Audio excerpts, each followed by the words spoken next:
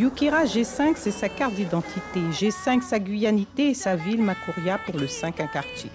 Et cette consonance qui nous plonge au pays des mangas, qui s'exprime sur ces différents panneaux. Le manga Yana se découpe. Une passion pour cette informaticienne de 21 ans. Elle utilise le numérique pour la justesse des contours ou les couleurs ou des mangas de base noire et blanc. J'ai inspiré des mangas avec lesquels j'ai toujours appris à dessiner et de la Guyane. J'ai toujours utilisé les mangas pour apprendre à dessiner.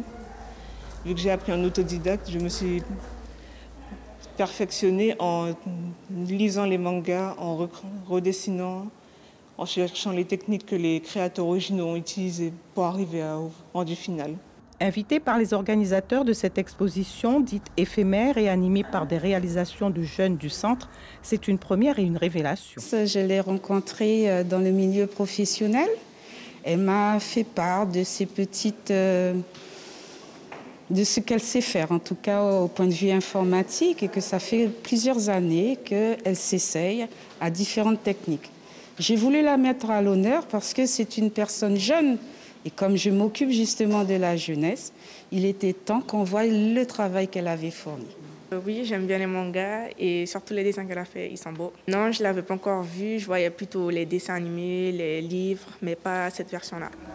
Shannon, inscrite sur le site Devient Art, va permettre à ses illustrations dans ce sanctuaire dédié à l'artistique d'être visibles par le grand public, tremplin pour faire valoir ce savoir japonais ancestral.